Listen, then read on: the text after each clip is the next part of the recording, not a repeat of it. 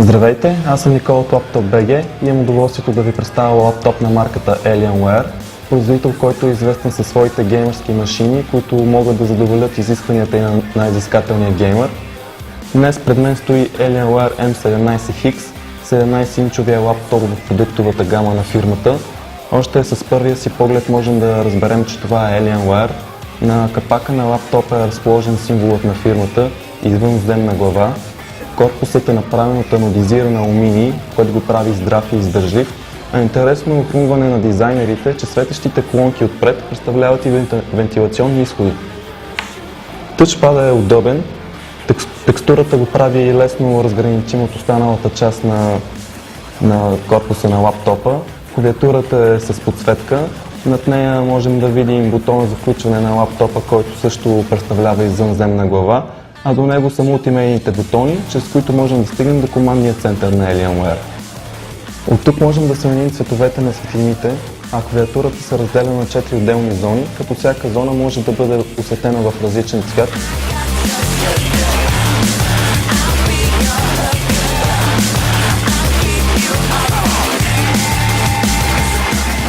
Въпреки че няма четец за пръстови отпечатъци, имаме функция за лицево разпознаване чрез вградената 2 мегапикселова камера.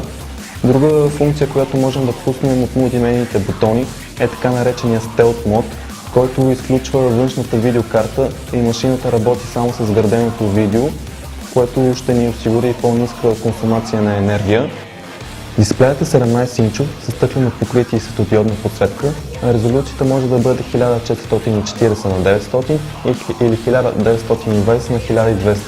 Лаптопът се предлага с голям избор интелски двуядерни и четириядерни процесори, като в момента тази конфигурация е с Intel Core 2 Duo T9600, който работи с частота 2,8 ГГц и има 6 МБ кеш от второ ниво, а скоростта на системната шина е 1066 МHz.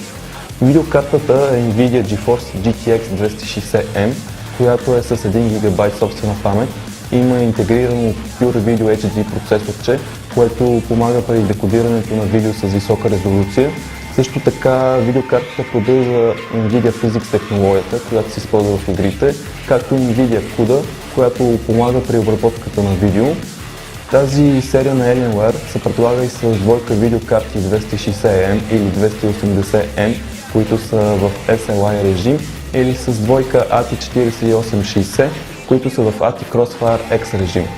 Оперативната памет е DDR3 и може да бъде 4, 6 или 8 ГБ, а скоростта, с която работи е 1333 МHz.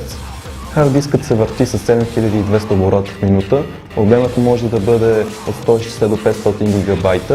Също така има и Free Fall сензор, който го защитава при изпускане. Предлагат се и Solid State Drive.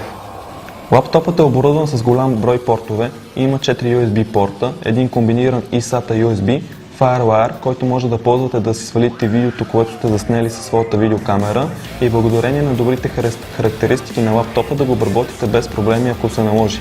Също така имаме Express Card Slot, HDMI, VGA и DisplayPort, джакове за слушалки и микрофон, а вградените микрофони в лаптопа са два, са разположени до веб камерата и могат да записват в стерео.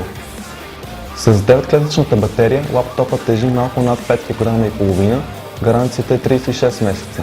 В кутията към него ще намерим тази шапка, с която сме в момента, мауспад, както и луксозно отпътване. Също така има и диск за апгрейд от Windows Vista към Windows 7, ако пожелаем. Повече информация за лаптопа, в сравнение с други модели, както и резултати от различни тестове, може да видите на нашия сайт.